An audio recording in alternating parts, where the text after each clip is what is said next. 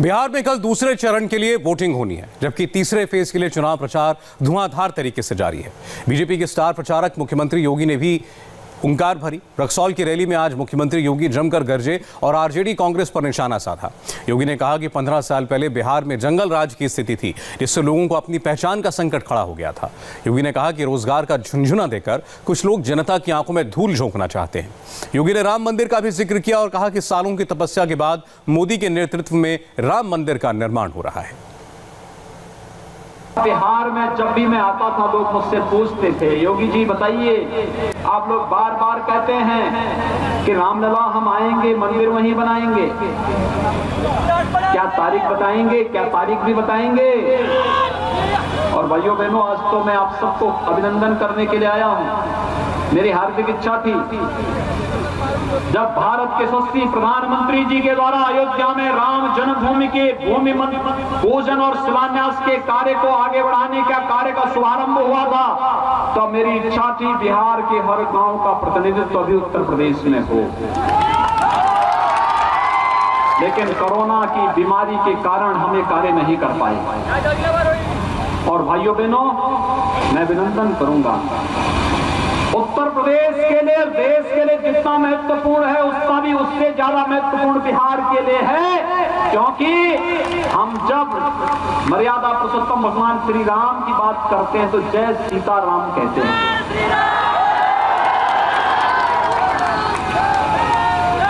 ये जय श्री राम भी, श्री का मतलब माता सीता से ही है। भाइयों बहनों, उससे ज्यादा महत्व बिहार के लिए है कि आज जो बिहार के लोगों का सपना था, अयोध्या में 500 वर्षों से जिस पीड़ा को लेकर के संघर्ष कर रहा था, एक एक बिहारी संघर्ष करता था और कहता था कि माता सीता का इस सपना अयोध्या में भगवान राम का भव्य मंदिर के निर्माण का मार्ग प्रशस्त हो, कौन करेगा। आखिर वह कार्य भी मोदी जी ने पूरा कर दिया। ये है नया भारत। चुनावी भाषण में योगी ने जम्मू कश्मीर से धारा 370 हटाने का जिक्र किया और कहा कि जम्मू कश्मीर में अब रक्सौल के लोग भी चाहें तो जमीन खरीद सकते हैं। 1952 से भारतीय जनता पार्टी के कार्यकर्ता एक नारा लगाते थे, एक देश में 2 प्रधान, 2 निशान और 2 विधान नहीं चलेंगे, नहीं चलेंगे। भारत का संविधान जम्मू कश्मीर के अंदर भी उसी प्रकार से लागू होना चाहिए जैसे बिहार के अंदर लागू होता है। और बिहार के लोगों को भी जम्मू कश्मीर के अंदर जमीन खरीदने की छूट उसी प्रकार से होनी चाहिए जैसे किसी अन्य राज्य के लोग बिहार के अंदर जमीन खरीद सकते हैं। और भाइयों बहनों, जो काम कांग्रेस नहीं कर पाई, राजद नहीं कर पाया, कोई अन्य दल नहीं कर पाया, वह काम मोदी जी ने कर दिया है कि जम्मू कश्मीर में भी बिहार का नौजवान अगर सर्विस कर रहा है, वहीं जमीन खरीद सकता है, वहीं मकान बनाने का कार्य कर सकता है। वो कार्य भी मोदी जी ने करके दिखाया। कश्मीर से धारा 370 समाप्त कर दी गई, यानी आतंकवाद की ताबूत पर अंतिम कील ठोकने का कार्य कर दिया। अब याद करना, न इस पार न उस पार, न माओवादी बोल पाएगा न नक्सलवादी बोल पाएगा। इसके बाद इन्हीं की जय, यानी राम नाम शब्द है कि यात्रा निकलने वाली है। ये यात्रा बहुत मजबूती के साथ निकलेगी। आतंकवाद को तो आपने देखा होगा, कल एक आतंकवादी को कश्मीर के अंदर कैसे मारा गया। अगर यही कांग्रेस होती तो जवानों के लिए क्या कहते थे? कहते थे कि तब तक फायर मत करना जब तक आतंकवादी फायर न कर दे। कांग्रेस के लोग कहते थे।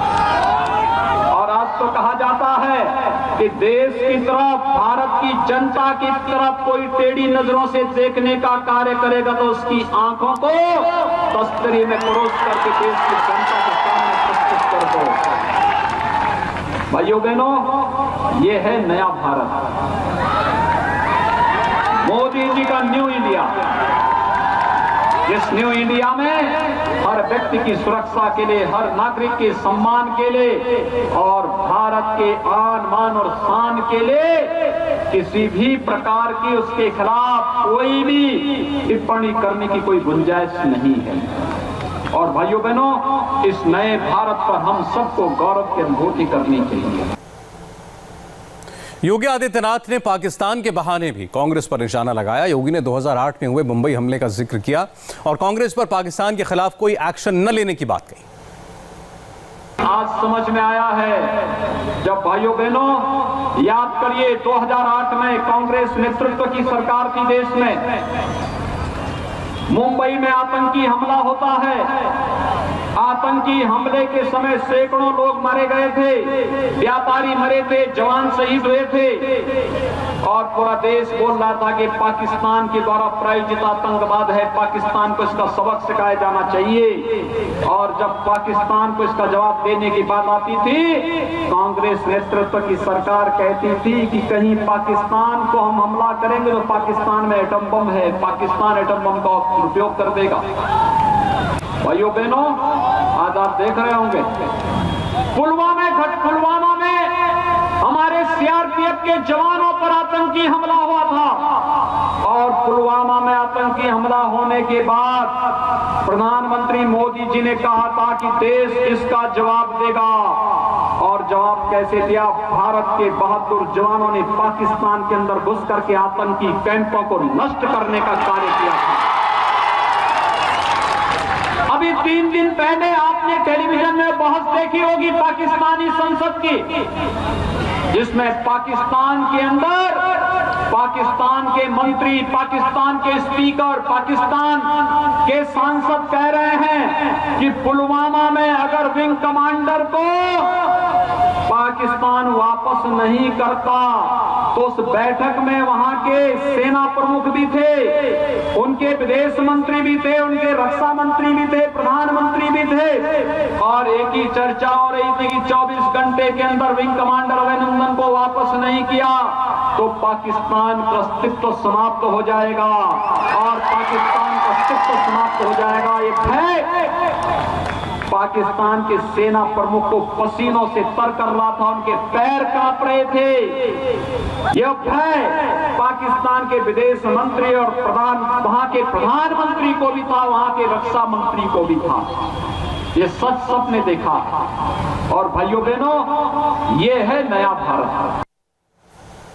महागठबंधन के 10 लाख रोजगार के वादे पर योगी ने निशाना लगाते हुए कहा कि रोजगार के बहाने आंखों में धूल झोंकना चाहते हैं जंगल राज वाले। वोटरों से माया जाल में उन्होंने न फंसने की अपील की।